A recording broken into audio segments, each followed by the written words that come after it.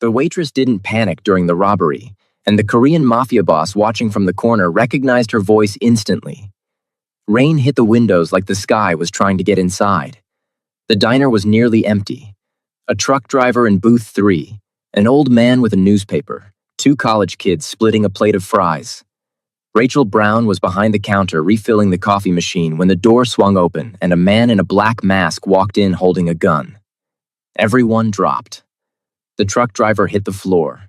The college kids scrambled under their table. The old man froze with his cup halfway to his mouth. Rachel didn't move. She stood behind the counter with her hands flat on the surface and looked at the gunman the way you look at rain when you've already been soaked. No scream, no flinch, no widening of the eyes. Just a slow exhale and a voice so calm it made the gunman hesitate. "You picked the wrong diner," she said, "and the wrong morning."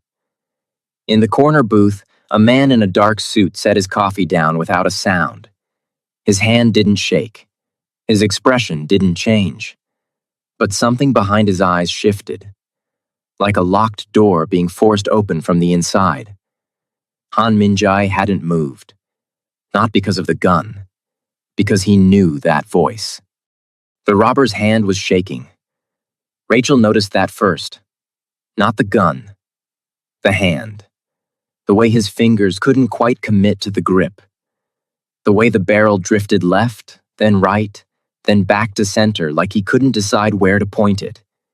He was young. She could tell by his build, by the way his sneakers were too clean for a man doing something this desperate. He'd probably been standing outside for 20 minutes convincing himself to walk in. Rachel didn't move from the counter. She didn't raise her hands. She didn't drop to the floor like the couple in booth 3 who were clutching each other on the linoleum, or the old man by the window who had knocked his coffee over in the scramble. The other waitress, Diane, had screamed once and disappeared through the kitchen door so fast she left her order pad spinning on the counter. Rachel just stood there, hands flat on the surface, watching. "Open the register," the robber said. His voice cracked on the second word. He aimed the gun at her face and she looked at it the way she'd look at a leak in the ceiling.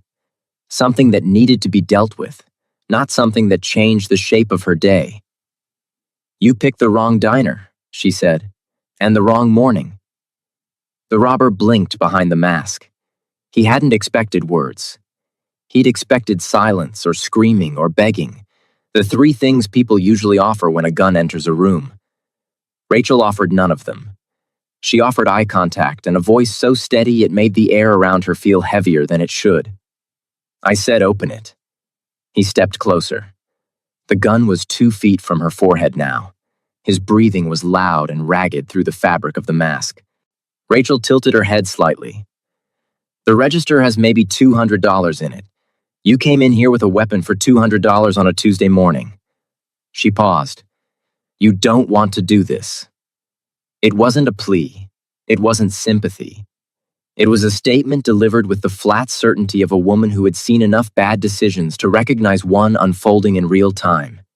She said it the way someone says the sky is gray, without emotion, without investment, just fact. In the corner booth, Han Min-jae hadn't moved. His 2 men, seated across from him, had shifted at the first sight of the gun. One reached inside his jacket. Min-jae raised a hand without looking at him. A single gesture. "Stop." His men froze. Min-jae's eyes were locked on the woman behind the counter. Not on the robber. Not on the gun. On her. On the way she stood. And on the way her shoulders didn't climb toward her ears. On the way her breathing stayed even while every other person in the diner had stopped breathing entirely. And then she spoke again. Something low. Something directed at the robber that Min-jae couldn't fully hear. And his hand stopped halfway to his coffee cup. That voice. The room compressed.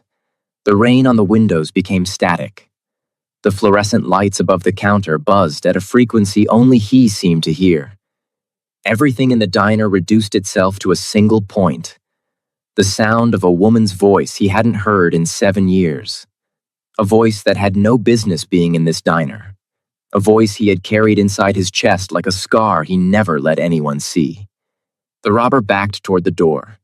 Whatever Rachel said to him in that last quiet sentence, the one Minjae couldn't hear, it landed. The kid's arm dropped. He turned and pushed through the door and disappeared into the rain. Sirens rose in the distance. Someone in booth 3 was crying. The old man by the window was still on the floor. Rachel pulled a rag from her apron and wiped down the counter where the old man's coffee had spilled. She refilled Diane's abandoned mug. She picked up the order pad and clicked her pen and turned to the next table like a robbery was just weather. Something that passed through and didn't stay. Minjae stood. His men stood with him. He left cash on the table, enough to cover 10 meals, and walked out without a word. He didn't speak to her. He didn't approach the counter. He didn't ask her name. But he sat in the back of his car in the rain for a long time. Still, silent. His hands folded in his lap. His driver knew better than to ask. 7 years. That voice. That exact voice. He had found her. 7 years ago, Han Minjae sat in a diner at 3 in the morning and thought about dying. He was 22. His father had been dead for 6 days. The funeral was held in a language he barely spoke, in a country he barely knew, paid for with money he didn't have. The men who attended, his father's associates, the ones who wore dark suits and spoke in low voices and never looked anyone in the eye for too long, had come and gone without offering a single word of comfort. They came to confirm the death, to measure the vacuum, to decide what pieces of the empire were worth picking up and which ones could be left to rot. Minjae was the piece they left. He hadn't eaten in 2 days. He had $40 to his name. His apartment, if you could call a room above a dry cleaner with no heat an apartment, was waiting for him 3 blocks away, but he couldn't go back to it. Couldn't sit in that silence. Couldn't stare at the wall his father had leaned against during his last visit, 3 weeks before the heart attack, when he had looked at Minjae with something that might have been pride or might have been pity and said nothing at all. So he sat in a diner instead. Corner booth. Coffee he hadn't touched. Rain on the windows. The waitress had stopped checking on him an hour ago. The cook was scraping the grill in the back. The place was empty except for Minjae and the specific kind of quiet that only exists at 3 in the morning when the world has forgotten you're alive. He was thinking about the bridge, 6 blocks east. He had walked past it on the way here and stood at the railing for 11 minutes. He counted. 11 minutes of looking at black water and thinking about how easy it would be to stop carrying the weight of a name that had given him nothing except debt and enemies and a dead father in a foreign country. He didn't jump. But he didn't walk away because he wanted to live. He walked away because his legs moved before his mind decided. Muscle memory. Survival instinct. The body choosing for the brain. He ended up in the diner because it was the first place with lights on. The door opened. He didn't look up. Someone sat down across from him. He still didn't look up.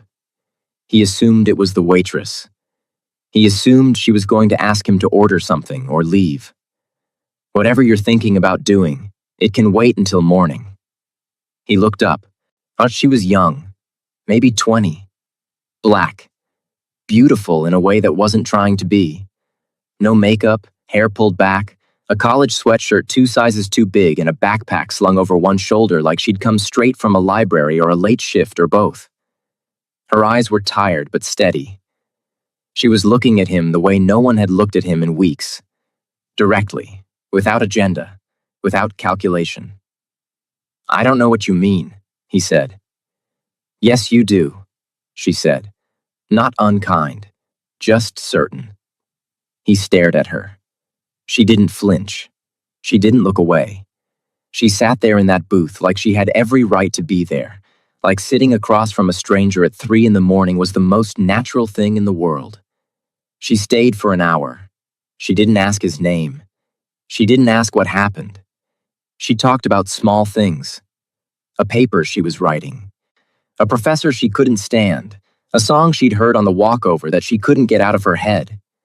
She bought him a refill with crumpled bills she pulled from her backpack like the money mattered, and she was spending it anyway. She talked to him like he was a person sitting in a diner, not a man sitting on the edge of something terrible. When she left, she zipped her backpack and said, "Get home safe." Like it was simple. Like staying alive was just something you did. She walked out into the rain and didn't look back. Minjai sat in that booth for another hour. He didn't go to the bridge. He went home. He slept. He woke up the next morning and started building the life that would make him untouchable. Every decision, every alliance, and every ruthless calculation that followed, all of it began the morning after a stranger sat across from him and told him to wait until morning. He never got her name. He never saw her face again, but he heard her voice every single day for 7 years. Now, in the back of a black car parked outside a diner in the rain, Minjai picked up his phone. He called the one man in his organization who could find anyone. "The waitress," he said. "The one from this morning. I need everything." A pause on the other end. "Everything, sir?" Her name, her address, her history, everything. He hung up and leaned back against the seat and closed his eyes. The rain drummed against the roof. Behind his eyelids, he could still see her. 20 years old, crumpled bills, tired eyes, steady voice. She hadn't recognized him. He was certain of that. To her, that night in the diner was a small kindness she probably forgot by the following week. To him, it was the reason he was still alive. The video hit the internet at 6:47 that evening. Rachel didn't know about it until Elijah showed her. He was sitting on the couch with his laptop when she came through the door, still smelling like coffee and grease, her feet aching in the cheap sneakers she'd been meaning to replace for 3 months. He turned the screen toward her without saying anything. His face had that expression he got when he didn't know whether to be proud or worried. The one that made him look exactly like their father. The footage was shaky. Shot from under a table by a customer whose hands were trembling so badly the frame bounced every few seconds. But Rachel was clear. Perfectly clear. Standing behind the counter with her hands flat on the surface, looking at a masked man with a gun like he was a mild inconvenience. And the audio was muffled, but her voice cut through. Calm, steady, unbothered. The caption read, "Waitress doesn't even flinch during armed robbery." It had 400,000 views. By morning, it would have 2 million. Rachel watched it once. She handed the laptop back. "Dinner?" she said. Elijah stared at her. "Rach, you had a gun in your face. And now I don't. What do you want to eat?" He opened his mouth to push. She gave him the look. The one that had been closing conversations since he was 10 years old and she was 20, and suddenly responsible for both of their lives. He closed his mouth. "Pizza," he said quietly. She ordered pizza. She took a shower. She sat on the edge of her bed for 4 minutes with wet hair and her hands pressed together between her knees and her eyes closed. Then she got up and ate 2 slices with Elijah while he did homework at the kitchen table, and neither of them mentioned the video again. The call from her boss came at 9 the next morning. Rachel was already in uniform, keys in hand, heading for the door. She picked up on the second ring. "Rachel, it's Don." She knew from his voice. She knew before he said another word. The same way she always knew. From tone, from hesitation, from the specific silence that comes before someone delivers bad news they've already decided is not their problem. "People are calling the diner," he said. "Reporters, some blog thing. I've had 3 calls this morning asking about you by name." A pause. "I can't have that kind of attention here. You understand?" She understood. The diner operated on the margins. Half the staff paid under the table. Few health inspections handled with a handshake and an envelope. A kitchen that wouldn't survive a camera crew walking through the door. Rachel wasn't being fired for the robbery. She was being fired because the robbery made people look, and the diner couldn't afford to be looked at. "I get it," she said. "I'm sorry, Rachel. You're a good worker. I just can't." "I said I get it, Don." She hung up. She stood in the hallway of her apartment with her keys in one hand and her phone in the other, and let the silence hold her for exactly 3 seconds. Then she put the keys on the hook. She took off the uniform. She hung it in the closet even though she'd never wear it again because that's who she was. Someone who put things away properly even when the floor was falling out beneath her. Elijah was at school. The apartment was quiet. Rachel sat at the kitchen table with her laptop and started searching for jobs. Waitressing, hostessing, barista, cashier. Anything that paid weekly and didn't ask too many questions. She updated a resume that was mostly gaps and half-truths. The college she never finished. The years she couldn't explain. The references she didn't have because every time she rebuilt her life, the old one burned behind her. She applied to 9 places before noon. She ate lunch standing at the counter. Leftover pizza, cold, 2 bites between applications. She didn't cry. She didn't call anyone. There was no one to call. By the time Elijah came home at 4, the uniform was hidden and dinner was started, and Rachel was sitting at the table like it was any other Tuesday. "How was school?" she asked. "Fine." "And how was work?" "Fine." He looked at her the way he'd been looking at her his whole life. Like he knew she was lying but loved her too much to say it. She looked back at him the way she always did. Like everything was handled. It wasn't. But it would be. It always was. Rachel Brown didn't break. She adjusted. She pivoted. She found the next handhold and gripped it until her knuckles went white, and then she found the one after that. That's what she did. That's what she'd always done. The knock came on a Thursday afternoon, 2 days after the firing. Rachel was at the kitchen table circling job listings in a newspaper she'd picked up from the laundromat because her laptop had died that morning and she couldn't afford to fix it.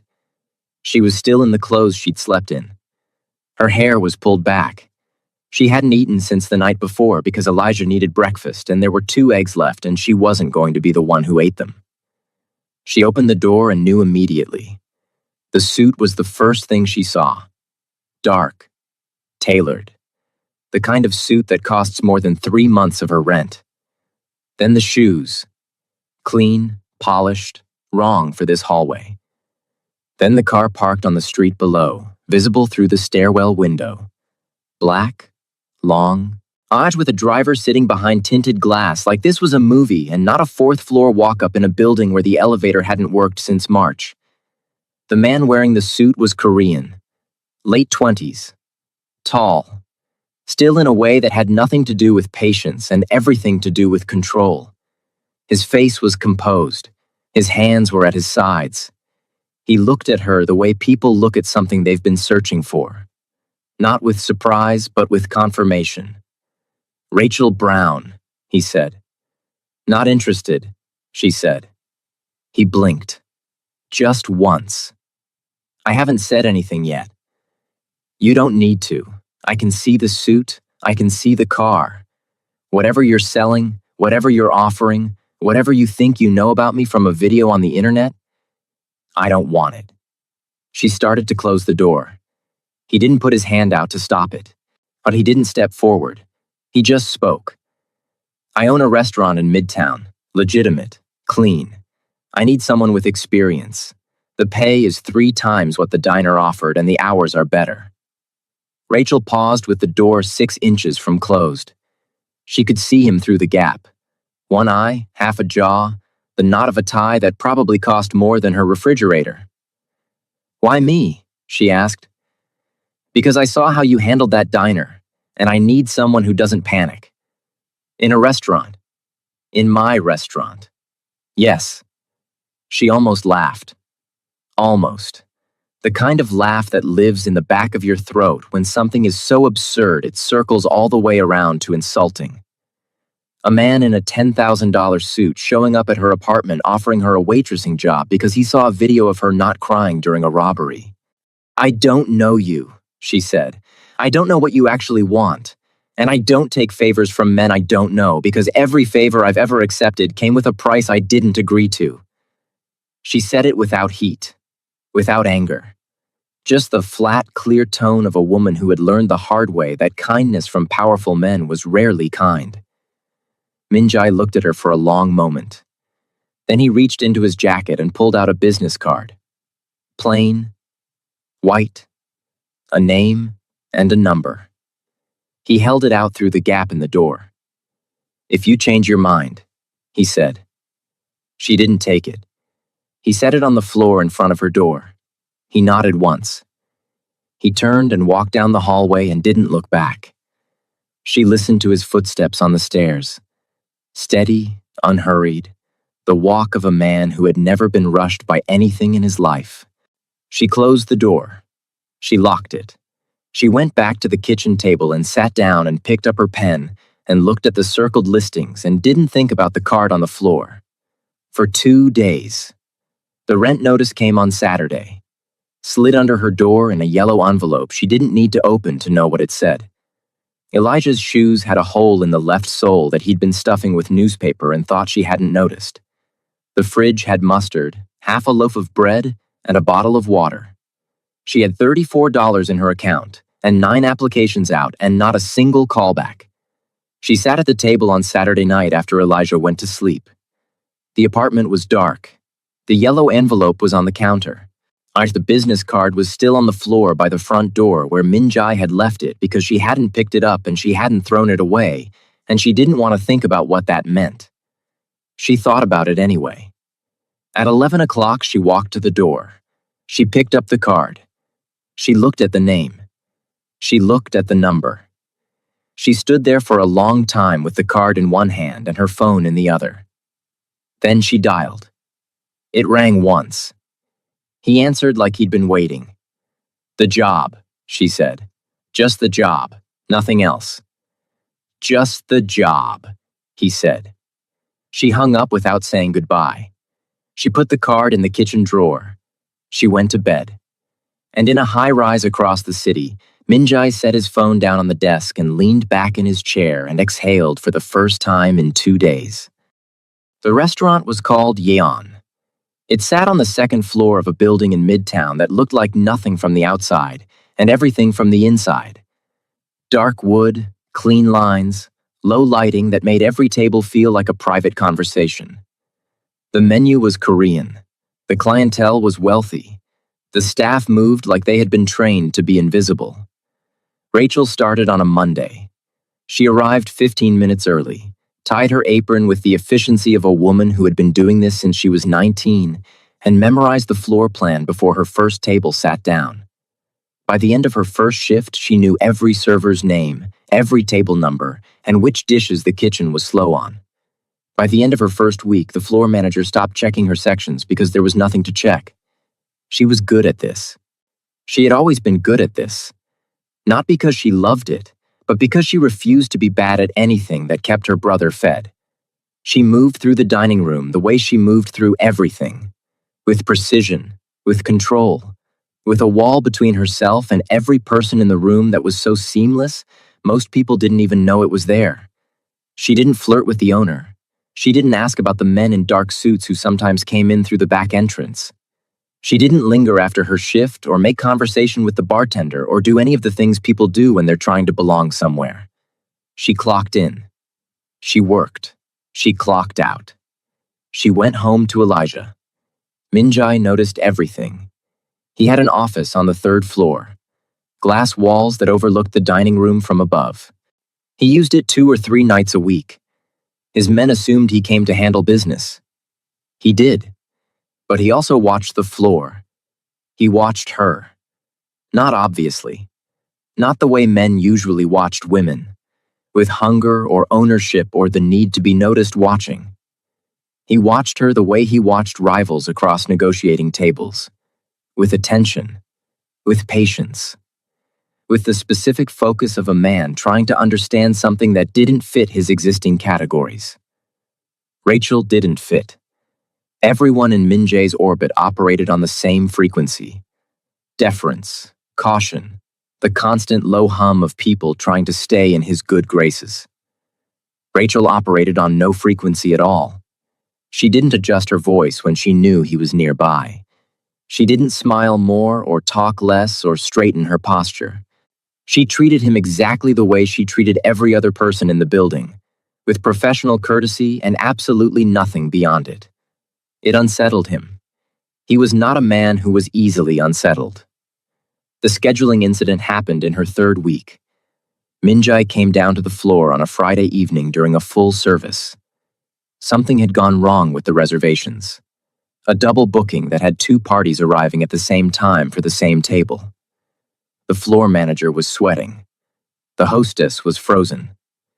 Minjai stepped in and started rearranging the seating chart himself, moving names around with the quiet authority of a man who expected his decisions to be executed without question. "That won't work," Rachel said. The room didn't go silent.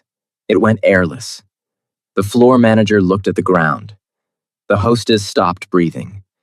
Two servers at the drink station turned their heads slowly like witnesses to something they weren't sure they wanted to see. Rachel was standing 3 feet from Minjai with a tray balanced on one hand and an expression that suggested she hadn't noticed the temperature in the room drop by 30 degrees. She pointed at the chart with her free hand. "Table 9 has a regular who always sits there on Fridays. You move her and she'll complain to your manager for the next month. Put the second party at 12. It's the same size and they won't know the difference." She said it the way she said everything. Flat, certain, without apology. Like being right was more important than being careful. Like the fact that every person in the room was terrified of the man she was correcting hadn't occurred to her, or had occurred to her and simply didn't matter. Minjai looked at her. She looked back. The tray didn't wobble. Her eyes didn't drop. 3 seconds passed. He looked at the chart. He moved the second party to table 12. He said nothing. He walked back toward the stairs. Rachel delivered her drinks. The room exhaled. The floor manager wiped his forehead. The hostess sat down like her legs had given out. That night, after the last customer left and the lights came up and the staff filed out into the cold, Minjai sat alone in his third-floor office. The dining room was dark below. The chair across from his desk was empty. The building was silent. He thought about the way she said, "That won't work." No hesitation, no softening, no fear. He almost smiled. He didn't. But it was close. It started with the small things. Rachel didn't notice at first because she was trained not to notice. Trained by years of keeping her head down and her walls up and her attention on the only things that mattered. The job, the paycheck, Elijah. Everything else was noise. Everything else was a door she didn't need to open. But the small things kept happening. The first time was on a Wednesday. Rachel was closing, wiping tables, flipping chairs, running through the checklist the floor manager left on a clipboard by the bar. The restaurant was empty. The kitchen was dark. She assumed she was alone until she heard the creak of a chair from the third floor and looked up through the glass walls of the office and saw Minjai sitting at his desk with a pen in his hand and a stack of papers in front of him and the look of a man who had nowhere else to be. She went back to wiping tables. 10 minutes later, he came downstairs carrying 2 cups. He set one on the table she had just cleaned. Tea, no milk, no sugar. She hadn't told him how she took her tea. He had watched her make it for herself 3 times in the break room and remembered. "You didn't have to do that," she said. "I know," he said. He sat down across from her with his own cup and didn't say anything else. They sat in the empty restaurant for 20 minutes. She finished her tea. He finished his. They talked about nothing. The rain, or the construction on 5th Street that was making deliveries late. A customer that evening who had sent back the same dish 3 times and then left a 40% tip. Rachel told the story without smiling, but her voice had something in it that was close. Minjai listened the way he always listened. Completely, like whatever she was saying was the only sound in the world. She didn't ask about the men who came through the back entrance. She didn't ask about the phone calls he took in Korean with his jaw tight and his voice low. She didn't ask about any of it because she understood boundaries better than anyone. She had built enough of them to recognize when someone else's were load-bearing. The second time was a Friday. Same routine. Closing. Empty restaurant. He came downstairs. This time he didn't bring tea. He just sat at the bar while she finished and opened his laptop and worked in silence while she moved through her checklist. They didn't speak for 30 minutes. It should have been uncomfortable. It wasn't. The third time she noticed his hand. He was reaching for his cup and his sleeve pulled back, and she saw the bruising across his knuckles. Deep purple fading to yellow at the edges, the kind that doesn't come from bumping into a cabinet. She looked at it for half a second. She didn't stop wiping the counter. She didn't look at his face.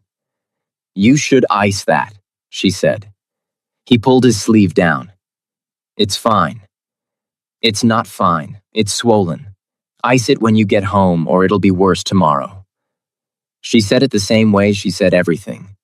Direct, unbothered, like caring about someone's hand was just practical information and not something that meant anything deeper. But Min-jae looked at her when she said it, and something shifted in his expression. Not surprise, not gratitude, something quieter. The look of a man who had 100 people around him at all times, and none of them noticed when he was hurt. He iced it when he got home. He didn't tell her that. Rachel took the train home that night. Elijah was asleep. The apartment was dark. She dropped her bag by the door and sat on the edge of her bed without turning on the light. Her shoes were still on. Her coat was still on. She sat there with her hands in her lap and felt something moving beneath the surface of her chest. Slow, warm, dangerous. She recognized it immediately. The pull, the quiet, far treacherous gravity of starting to care about someone.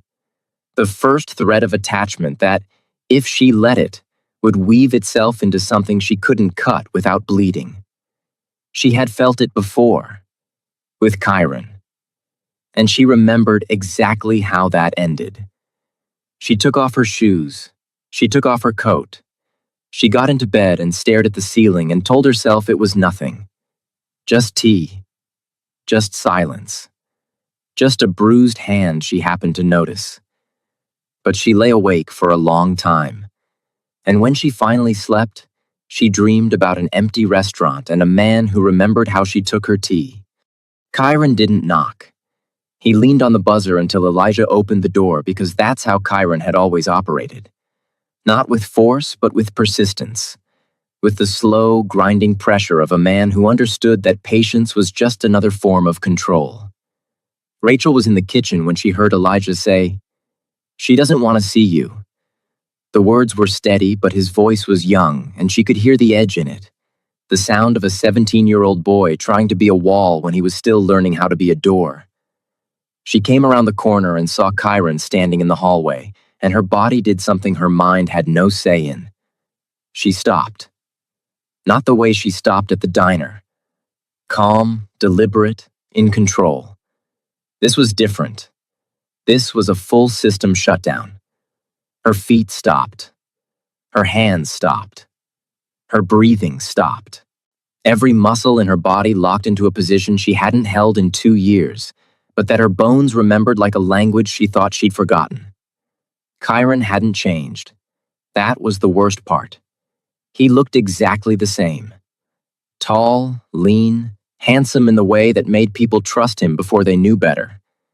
His smile was the same. Easy, warm. The kind of smile that made you feel chosen until you realized it was a leash. "Rach," he said, like a greeting. Like 2 years of nothing hadn't happened. Like the last time she saw him, she hadn't been packing a bag at 4 a.m. with her hands shaking so badly she couldn't zip it. "Leave," she said, but the word came out wrong. Too quiet. Too thin. The voice that had stared down a gunman in a diner, steady, unbothered, carved from stone, was gone. In its place was the voice Kyron had spent 3 years building. The small one, the careful one, the one that asked permission before it spoke. He stepped into the apartment without being invited. He didn't touch her. He never needed to.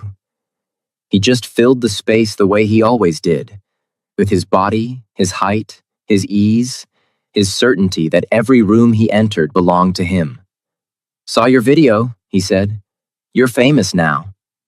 He looked around the apartment, the small kitchen, the secondhand furniture, the crack in the ceiling she hadn't been able to fix. His eyes cataloged everything, and she could feel him doing the math. The quiet calculation of a man measuring how far she'd fallen so he could remind her she'd never rise. "Still doing this, huh?" he said. Not a question. Elijah was standing behind Rachel with his fists tight at his sides and his jaw clenched, and she could feel his anger radiating like heat. He was 17. He was built like their father. And he hated Kyron with a clarity that Rachel envied because her own feelings about the man standing in her kitchen were so tangled she couldn't find the ends. "You need to go," Elijah said. Kyron didn't look at him. He looked at Rachel. He always looked at Rachel because he had always known, that she was the lock and everyone else was just furniture. "I just came to check on you," he said. Soft. Gentle. The voice. The one that used to come after the silence. After the coldness. After the days of being ignored until she was so desperate for warmth that she'd accept any version of it, even the kind that burned.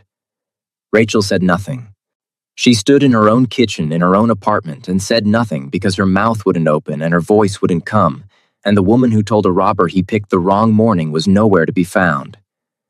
Kyron stayed for 6 minutes. He talked. She didn't. When he left, he touched her shoulder on the way out, just a brush, just enough. And she flinched so hard Elijah made a sound behind her like something inside him broke. The door closed. Rachel didn't move. Elijah was already in the kitchen pulling open the junk drawer where Rachel kept the business card she thought she'd hidden.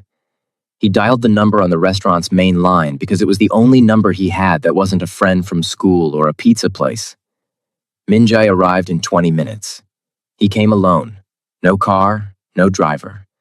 He knocked once, gently, and Elijah opened the door and stepped aside without a word. Rachel was sitting at the kitchen table. Her hands were flat on the surface. Her eyes were dry. She looked exactly the way she looked in the diner. Still, composed, unreadable.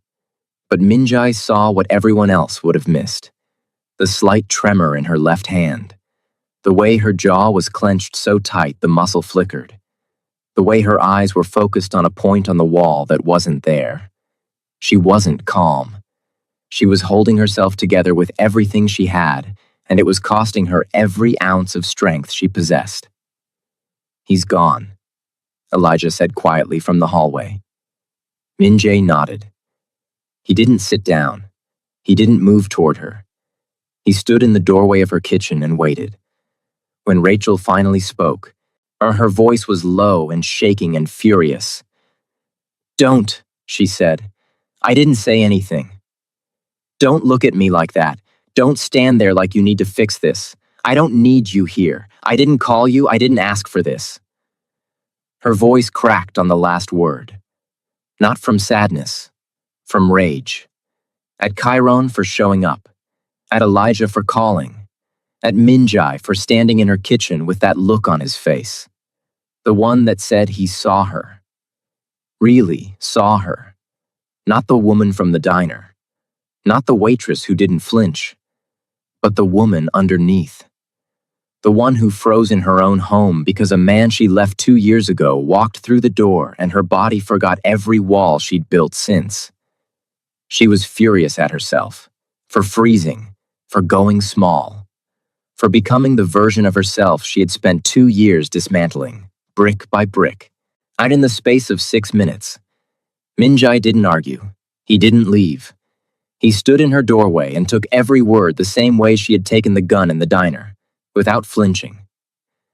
"I'll be outside," he said, "if you need anything." He left. He sat on the stairwell one floor down for an hour. Rachel didn't come out. He didn't expect her to. When he finally stood and walked down to the street, he looked up at her window. The light was off, but she was sitting by it. He couldn't see her, but she could see him. And she watched him walk to the corner and disappear into the dark, and she pressed her forehead against the cold glass and breathed. Rachel didn't come to work the next day, or the day after. On the third day, Minjai drove to her apartment. He didn't send a car. He didn't send a man. He came himself because something told him this wasn't a conversation that could be delegated. She opened the door on the second knock. She was dressed. Her hair was pulled back. Her eyes were clear and hard and ready for exactly this moment. She had been expecting him, maybe even waiting. "Don't," she said. "You haven't been at work." "I'm not coming back." She said it the way she said everything. Flat, final, a door closing with no handle on the outside. She stood in the doorway with one hand on the frame like a woman guarding the last space on earth that belonged to her, and she looked at him with an expression that dared him to argue. He didn't argue. He stood in the hallway and waited. "I don't need this," Rachel said. "I don't need you showing up at my door every time something goes wrong in my life. I don't need a man in a suit deciding when I need help and how much and what kind. I've had that. I've lived inside that. A man who showed up with answers I didn't ask for and solutions I didn't want and made me feel like I owed him something for every single one." Her voice was rising. Not shouting. Rachel didn't shout. But the volume was climbing in a way that told Minjai the words had been sitting in her chest for days, maybe longer, pressing against her ribs like something alive. "You don't know me," she said. "You saw a video. You saw a woman who didn't cry when a gun was in her face, and you decided that was interesting. You gave me a job. You brought me tea. You showed up at my apartment at midnight because my 17-year-old brother called you. And now you're here again, standing in my hallway, looking at me like I'm something you need to fix." She took a breath.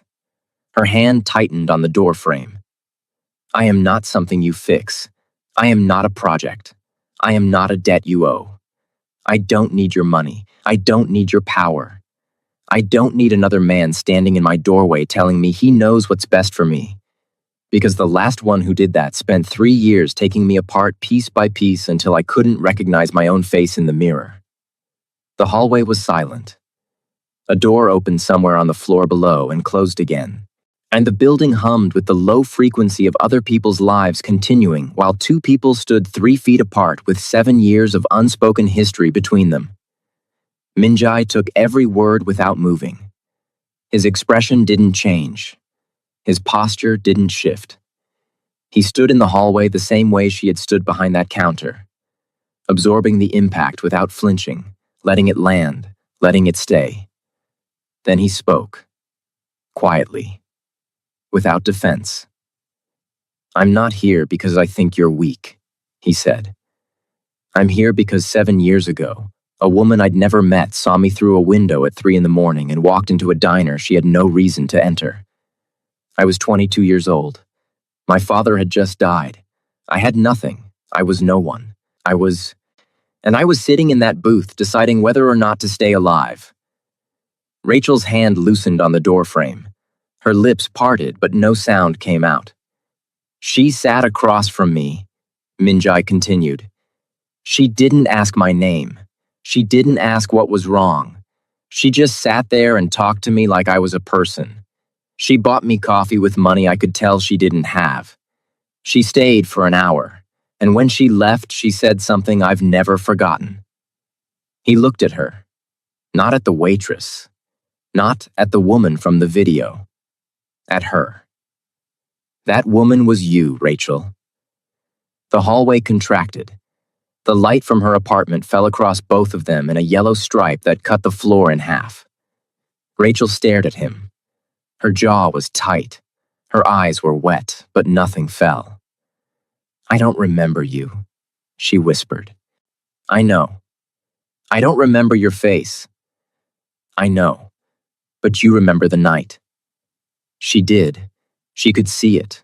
Not clearly, not completely, but in fragments. A diner, Rain. A young man with his head down and his hands shaking and coffee going cold in front of him. She had been 20. Walking home from the library, she saw him through the glass, and something in the way he was sitting made her stop, made her go inside, made her sit down across from a stranger because he looked like a person who was running out of reasons. "Whatever you're thinking about doing," she said softly, "it can wait until morning." Minjai closed his eyes, just for a moment. When he opened them, they were bright, and he didn't try to hide it. "That sentence is the reason I'm alive," he said. "That voice is the reason I'm standing here. Not because I think you need saving, not because you saved me. And I have carried that debt every single day for 7 years." Rachel leaned against the doorframe. The fight went out of her. Not because she lost it, but because she set it down. The anger, the armor, the wall she had been holding up with both hands since Kyron walked back into her life. She let it rest. Just for a moment. Just long enough to breathe. "His name is Kyron," she said. Quiet, raw, no preamble. "I was with him for 3 years. He never hit me. He never had to. He just talked. And talked. And talked until I forgot what my own voice sounded like. Until I stopped disagreeing. Until I stopped leaving the apartment. Until I looked in the mirror and the woman looking back was someone I didn't recognize." Minjai didn't move. He listened the way he had listened in the restaurant. Completely. Like her voice was the only sound that existed. "I left him 2 years ago," Rachel continued. "I packed a bag at 4 in the morning and I walked out and I didn't look back. I rebuilt everything, the apartment, the job, Elijah's school, my name, my face, my voice." Her chin trembled once. She caught it. "And then he walked into my kitchen and I froze. 6 minutes. He was there for 6 minutes and I became her again. The small version, the quiet version, the one he built." She looked at Minjai with eyes that were wet and furious and honest in a way she hadn't been with anyone in years. "That's why I can't do this," she said, "because letting someone in means giving them the power to make me small again. And I would rather be alone for the rest of my life than feel what I felt in that kitchen." The silence that followed was enormous. It filled the hallway the way silence fills a room after someone says the truest thing they've ever said. Heavy. Sacred. The kind of quiet you don't break because breaking it would be a kind of violence. Minjai looked at her. She looked at him. 2 people standing in a hallway with every wall between them finally on the ground. "You're not small, Rachel," he said. "You have never been small. Not 7 years ago. Not in that diner. Not now." She pressed her lips together hard. A single tear fell. She wiped it fast, angry at it for existing. They stood there for a long time. Neither moved. Neither spoke. The building hummed around them. The light from her apartment turned the hallway gold. Then Rachel stepped aside. Not all the way. Just enough. Just enough to let him through if he wanted to come in. Just enough to say what her voice couldn't. Minjai stepped inside. She closed the door behind him. They sat at her kitchen table. No tea, no food, no pretense. Just 2 people in a quiet apartment with nothing between them except the truth. And for the first time in 7 years, neither of them was sitting alone. Elijah called her from school on a Tuesday. His voice was wrong. Not scared exactly. Elijah had too much of their father in him to sound scared, but tight. Controlled. The voice of a boy trying very hard to sound like a man. "He was outside the school," Elijah said, "just standing there, by the fence. He didn't say anything. He just looked at me." Rachel's hand tightened around her phone until the case creaked. She was standing in the break room at Yeon. She had come back to work 4 days after the night in the hallway, without explanation, without apology, and Minjai hadn't asked for either. She pressed her back against the wall and closed her eyes and felt something move through her body that wasn't fear. It was fury. Not the shaking, helpless kind she felt when Chiron stood in her kitchen, and not the kind that turned inward and became shame. This was different. This was clean. This was the anger of a woman who had survived everything a man could do to her spirit and had one line left that could not be crossed. He had crossed it. "Go inside," she told Elijah. "Stay in the building, I'm coming." She didn't call Minjai. She didn't tell anyone where she was going. She took off her apron, folded it on the break room counter, walked out the back door, and took the train across the city with her jaw set and her hands still in her lap, and a calm settling over her that she recognized. It was the same calm from the diner, the same stillness that came when the gun was in her face, and the place inside her that went quiet when everything else was loud. Not because she was numb, but because she had already decided what she was going to do, and there was nothing left to be afraid of. She found Chiron 3 blocks from the school. He was leaning against his car like a man with nowhere to be. Relaxed. Easy. That same smile. That same posture that said the world was his and everyone in it was just borrowing space. He saw her coming and his smile widened. He opened his mouth to speak, to deliver whatever version of charm or control or casual cruelty he had prepared. And Rachel stopped 6 feet in front of him and spoke first. "You don't get to talk," she said. Her voice was level, steady. The voice from the diner. The voice that made a robber lower his gun.